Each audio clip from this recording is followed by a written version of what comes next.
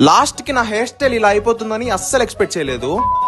మన శ్రీకాళహస్తిలో ఉన్న swap saloon లో ఈ దీపావళికి చాలా మంచి ధమాకా ఆఫర్స్ అయితే పెట్టేస్తున్నారు. ఆఫర్స్ ఏంటో చెప్పేసాను, జాగ్రత్తగా వినండి. కాంబో ఆఫర్ లో ఏది తీసుకున్నా సరే 50% డిస్కౌంట్ ఇచ్చేస్తున్నారు. నార్మల్ గా వచ్చేసరికి hair cut, shave, oil massage, D-Tan ఇదంతా కలిపి 400 రూపీస్.